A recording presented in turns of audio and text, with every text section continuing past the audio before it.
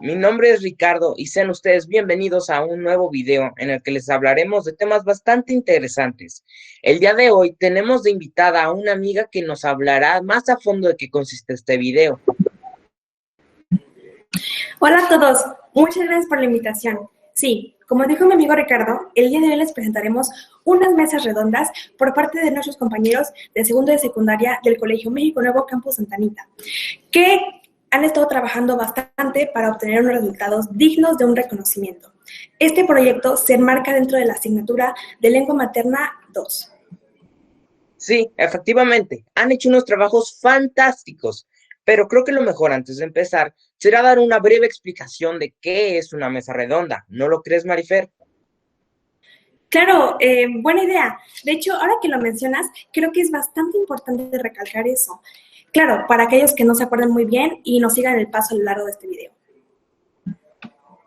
Ah, estoy de acuerdo contigo, pero espera, ¿acaso no recuerdas lo que es una mesa redonda? ¿Qué dices? Claro que lo sé. Entonces, ¿qué es? Tú continúa. Bueno, está bien. Ok. La mesa redonda es un tipo de... ¿Qué haces? ¿Qué? Son solo palomitas. ¿Quieres? No, gracias. Mejor comienzo con la explicación, ¿no lo crees? Bueno, las mesas redondas son una situación comunicativa oral en la que participan personas expertas en un tema o conocedoras de este, quienes lo exponen desde diferentes puntos de vista ante una audiencia o público. ¿Ya te acordaste, Marifer? Oh, sí, ya recuerdo. El objetivo de una mesa redonda es dar a conocer información diversa sobre un tema o asunto determinado, y así difundir, ampliar y enriquecer el conocimiento en torno a este. Exacto. En cuanto a los participantes, la mesa redonda intervienen de 3 a 6 especialistas en un tema o expositores que han hecho una investigación previa sobre el tema acordado para poder participar. También interviene un moderador o coordinador, quien se encarga de presentar a los integrantes, controlar el tiempo y evitar conflictos entre ellos. Al final de la sesión, el moderador da un breve resumen o conclusión y otorga la palabra al público para hacer preguntas. Efectivamente, en cuanto a la organización de una mesa redonda, puede variar de acuerdo al tema, pero por lo general son 4 etapas. La primera es la introducción del tema y la presentación. La segunda es el desarrollo de las exposiciones y discusión. La tercera son las conclusiones y la cuarta son la ronda de preguntas y respuestas. Como pueden ver, todos tienen algo en común y eso es el tema. Un tema el cual es importante para todos los habitantes de este país. Claro que sí. El tema que estará tocando en estos videos es sobre las comunidades, culturas y lenguas indígenas de México. Todo desde una perspectiva profesional y preparada con datos de buena fuente, fuentes las cuales podrán consultar en la descripción de cada video. Nuestros compañeros les darán un panorama mucho más grande que sobre el tema. Pero antes, ¿me podrías dar un poquito de palomitas? También quiero un poco, ándale. Sí, claro, pero ahora dejemos que nuestros verdaderos maestros de las mesas redondas hagan su magia. Y sin más que decir, disfruten del espectáculo.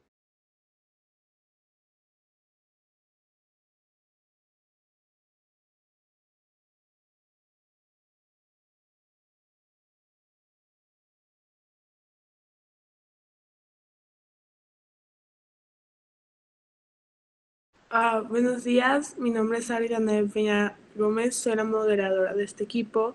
Este equipo está conformado por Jimena Ramírez, Diego de Anda Monzón, Diana Arevalo Esquivel, Jesús Alexis Sotero, Jacobo Núñez Vega y mi compañera Alexa, que ella era la moderadora original, pero por problemas de internet no se pudo unir con nosotros ahora. Le voy a ceder la palabra a mi compañera Jimena Ramírez. Bueno, yo les voy a platicar un poco sobre la violencia contra los indígenas y cómo viven los indígenas en México.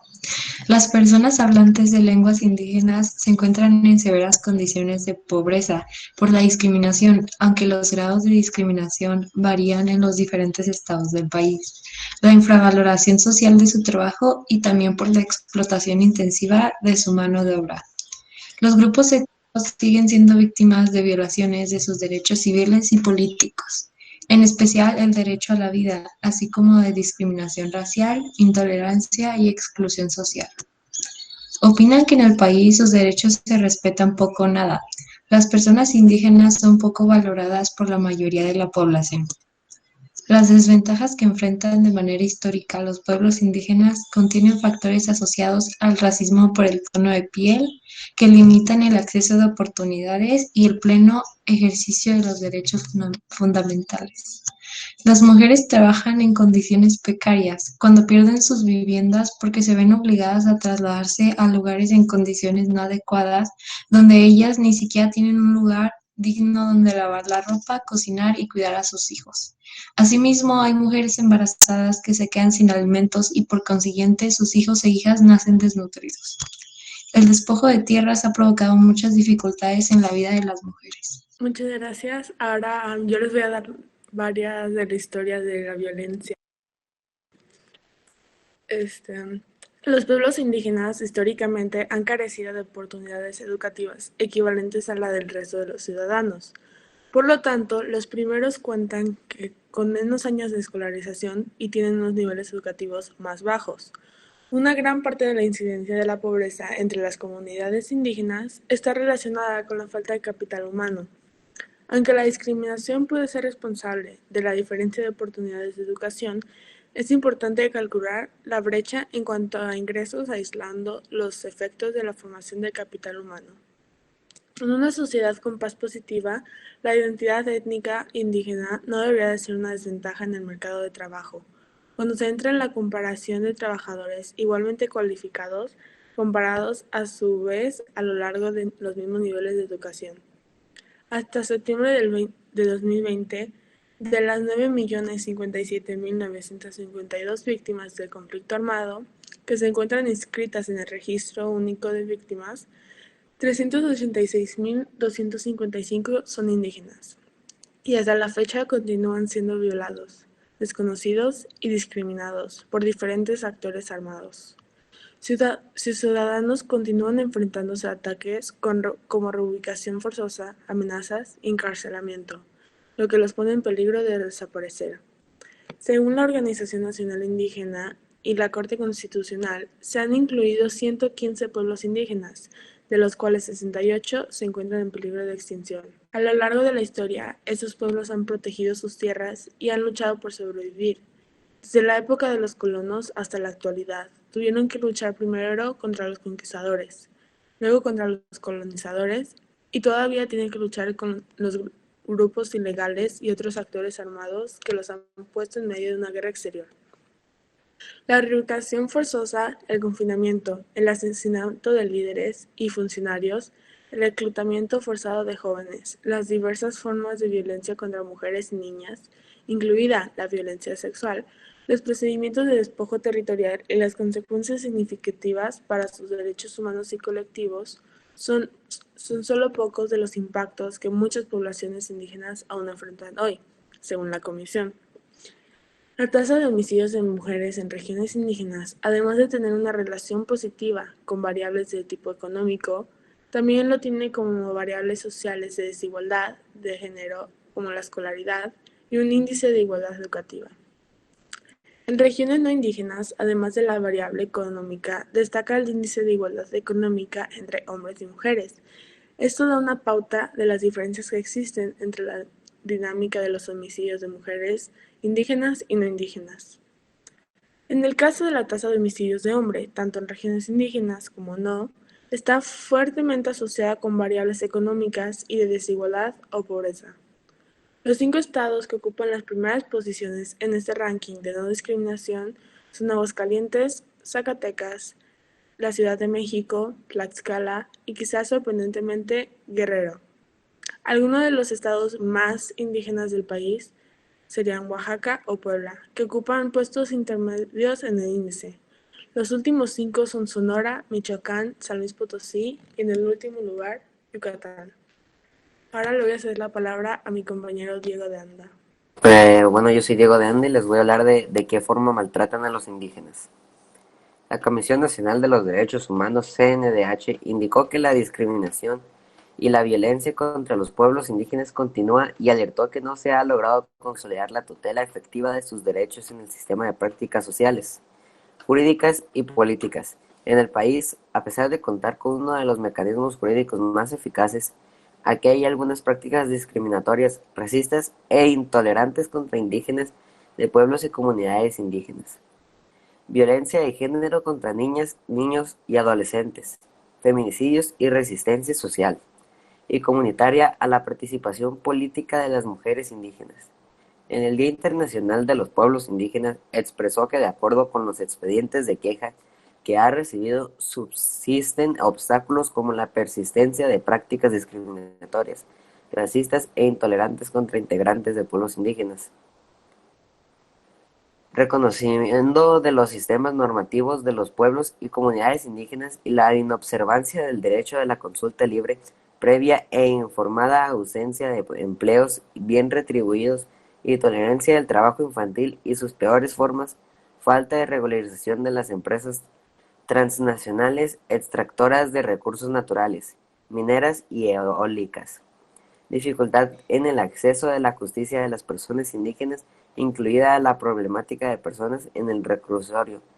El organismo manifestó que algunos de los hechos violatorios de derechos humanos de personas y comunidades indígenas más frecuentes entre 2015 y julio de 2018 son faltar a la legibilidad, honradez, lealtad, imparcialidad y eficacia en el desempeño de las funciones, empleos, cargos o comisiones, acciones y omisiones que transgreden los derechos de las personas indígenas, presentar indebidamente el servicio público, tanto cruel, inhumano y degradante. Muchas gracias. Ahora, por favor, Diana, te cedo la palabra.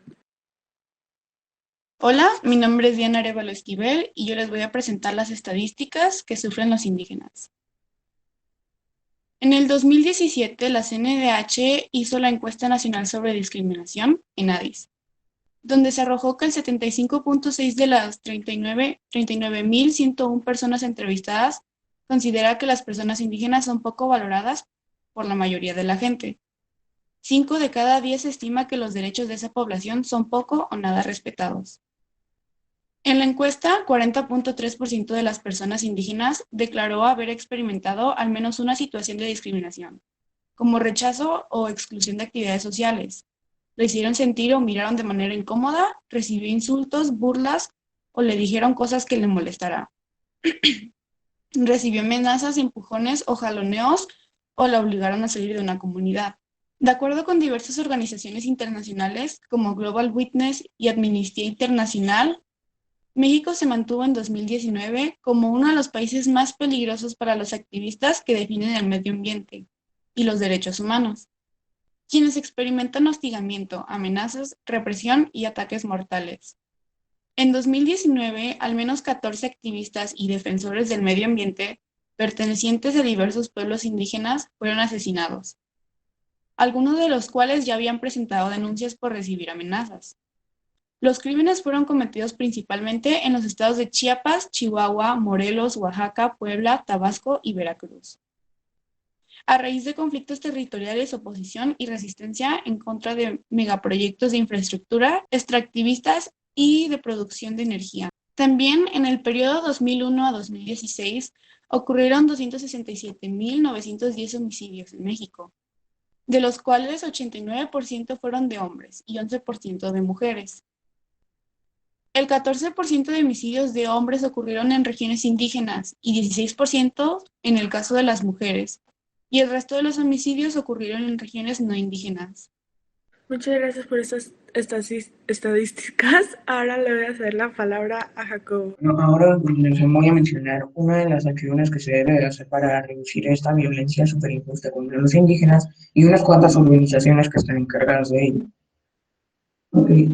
Las principales acciones que se deben aplicar vendrían siendo el reconocimiento internacional de las preocupaciones indígenas, sino preocuparnos más por el sufrimiento que están viviendo actualmente y que siguieron viviendo.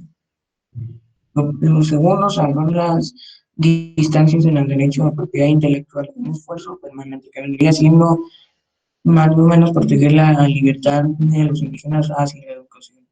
La tercera vendría siendo encontrar un terreno con un paisaje complejo, que vendría siendo Ok, al parecer Jacobo obtuvo un problema de internet, entonces le voy a ceder la palabra ahora a mi compañero Jesús Alexis. Ok, yo les voy a hablar de las organizaciones en México que se dedican a ayudar a los indígenas. Algunas son la Alianza de Pueblos Indígenas Mazahuas Otomi, la Asamblea de Migrantes Indígenas de la Ciudad de México, la Asamblea Nacional Indígena Plural por la Autonomía, Asociación Civil Ixcán Yucatán, Central Independiente de los Agrícolas y Campesinos. Estas organizaciones hacen lo posible para detener el maltrato y la desigualdad hacia los indígenas en México. El Gobierno de México tiene como objetivos para acabar con esta desigualdad, definir, instrumentar y evaluar los procesos de desarrollo integral, intercultural y sostenible en los pueblos indígenas y afroamericanos, mediante la elaboración de los planes integrales de desarrollo regional, en coordinación con sus autoridades e instancias representativas e impulsando su reconstitución y el pleno respeto a sus formas de autonomía y organización. Apoyar, impulsar y fortalecer las economías y las actividades productivas de las comunidades y regiones indígenas, en particular los sistemas agrícolas tradicionales e incluso cultivos básicos. Para lograr la autosuficiencia y soberanía, la generación de empleos y la suficiencia de ingresos económicos. Y apoyar, impulsar y fortalecer las economías y las actividades productivas de las comunidades y regiones indígenas, en particular los sistemas agrícolas tradicionales y cultivos básicos. Muchas gracias. Ahora vamos a darles conclusiones de este tema. Por favor, Jimena, tú empieza. Yo creo que se debería de hacer alguna ley para los indígenas, si es que ya hay una, pues promoverla y respetarla. Gracias. Yo opino que tendríamos que tener el mismo respeto que tenemos contra los indígenas, que tenemos contra las personas que no son indígenas, ya que al final del día todos somos humanos, todos compartimos las mismas características, solo cambia que ellos son indígenas y nosotros no, como por qué le tendríamos que faltar el respeto, por qué los tendríamos que excluir, por qué tendríamos que tener la discriminación si al final del día todos somos iguales. Diana, por favor. Bueno, yo opino que debería de haber más inclusión hacia pues estas personas, que en las actividades, en la educación, en el gobierno, en cualquier ámbito, que los empiecen a incluir. Muchas gracias. Diego, por favor. Yo opino que si los indígenas son parte del país, el gobierno debería apoyarlos también, porque se nota que el gobierno tampoco como que no los quiere. Así que yo digo que las personas del pueblo y el gobierno debería apoyar más a los indígenas, ya que también son ya que también son del país de México en el que todos vivimos y deberíamos apoyarnos para salir adelante. Muchas gracias por las palabras. Jesús Alexis, por favor. Yo opino que, como dice Diego, son parte del país y son una gran parte del país y pues la verdad, sí, el gobierno debería estar haciendo más para prevenir estas discriminaciones y también la gente debería cambiar su forma de pensar porque no solo por ser indígenas pues no cambia nada realmente. Muchas gracias por prestar atención y por asistir a esta mesa. Gracias.